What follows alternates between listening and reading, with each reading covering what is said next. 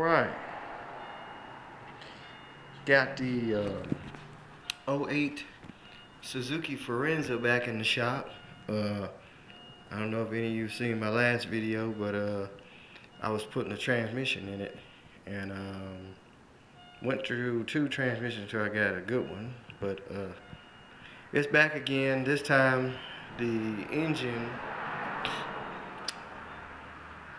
ran out of oil and started rattling and knocking. So the owner of the car wasn't checking the oil properly. It had oil leak or using oil, and she said the oil light came on and it started making a knocking, ticking sound, and she shut it down and took it to a Firestone. They said it didn't have any oil in it, but it was too late.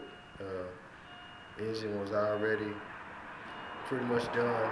So got it back in the shop again for engine, and we picked up an engine, and it's got 162,000 miles on it, and the timing belt was replaced 425/16. Well, that can't be right. It has to be 425/16. That ain't right. Maybe 15.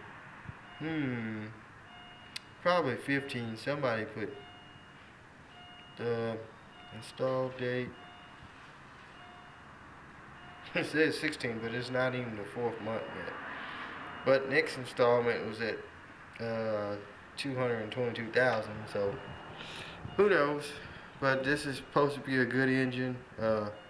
Just finished installing it. Had a lot of views on the transmission on this car, especially on how to fill the fluid and check it. And so I figured I'd do another video about the engine. Engine's pretty simple to put in. The wire harness doesn't detach from the car. I mean, you could unhook it from the fuse box and just pull it. Well, you don't have to unhook it from the fuse box and transmission, and if you want to pull the engine with the harness on it. But I found just undo all your connections, like your fuel injectors, throttle body, alternator. You can leave the starter connected and just fold it back. The starter is actually down there on the back side of the motor. That's one of the bolts right there. That's the top starter bolt. The other bolt is on the back side. But all the bell housing bolts are pretty simple. I think it's 6. You got 3.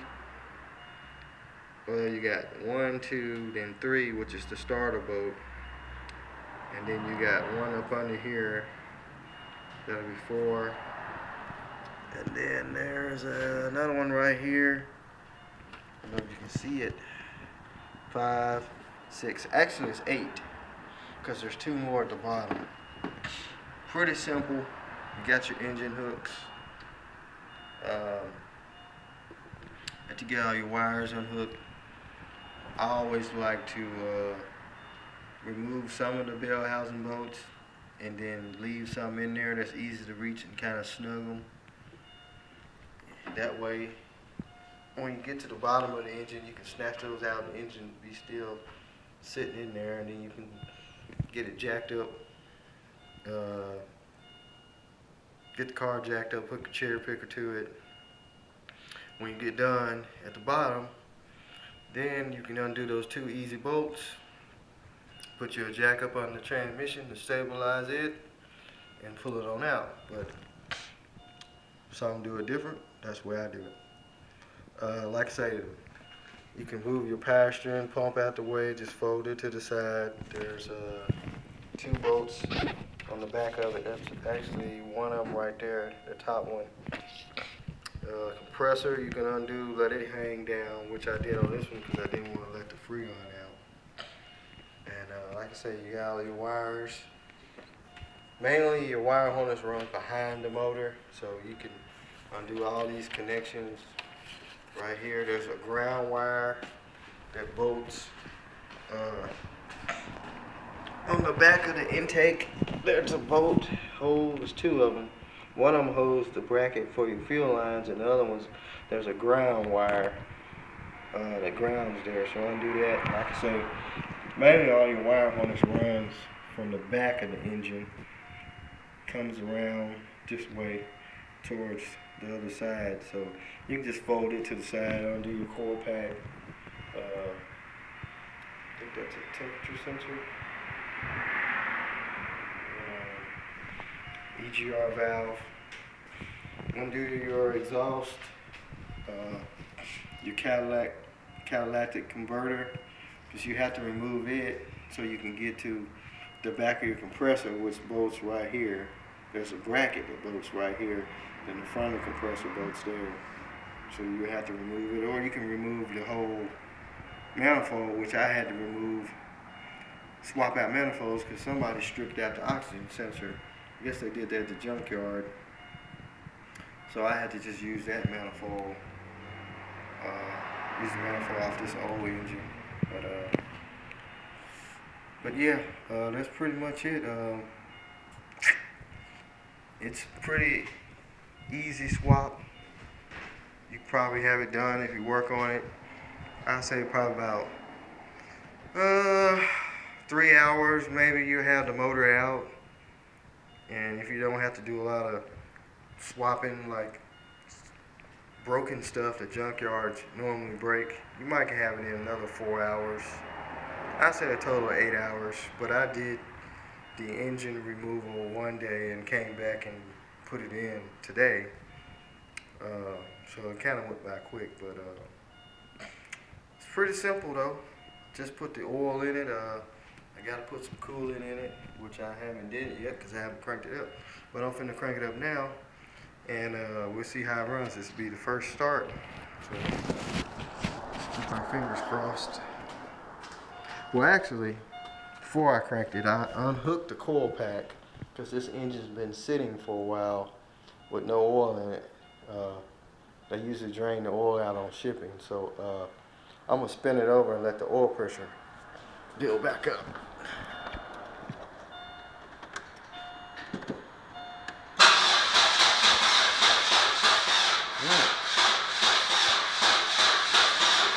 Battery don't sound too healthy.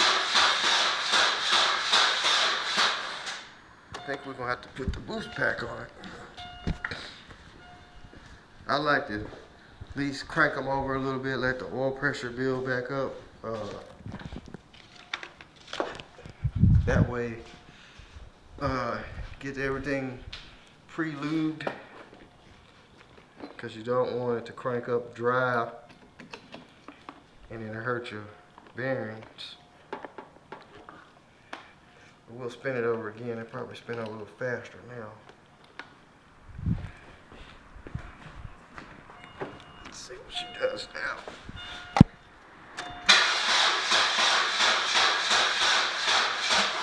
Not very fast. We got a good connection.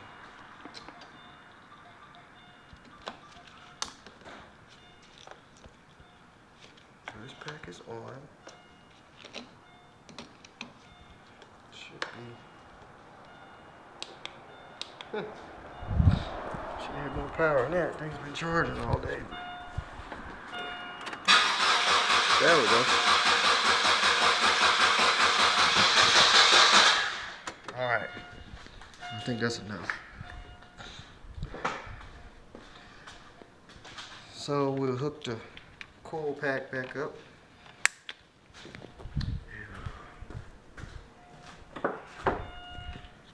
Hit the key and see what happens.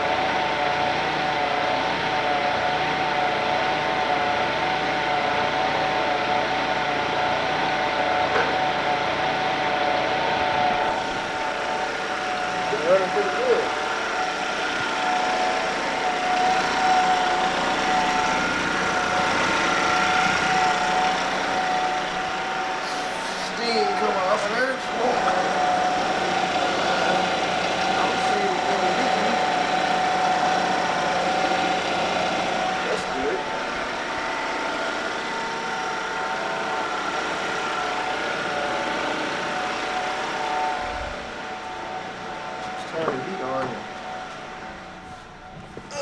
Temperature here ain't got it all the way up there yet.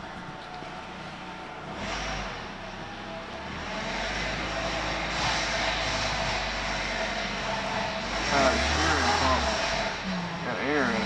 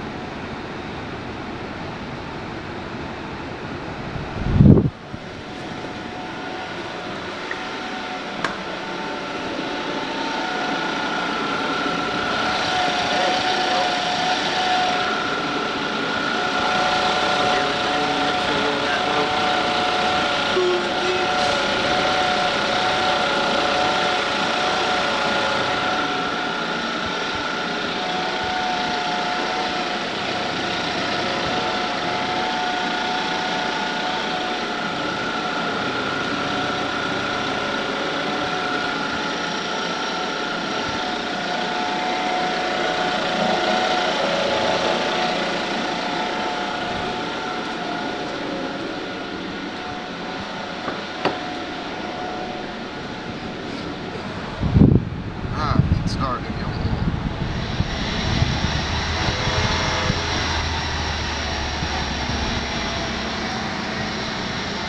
Well, check engine light on, so that's good.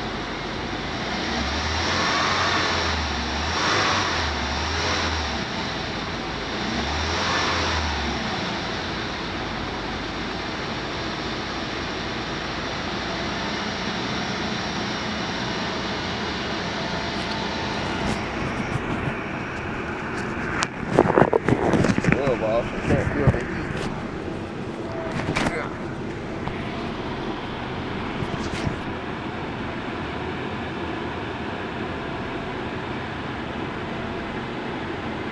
It's starting to get hot.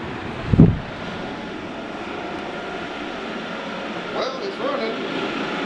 One thing about it.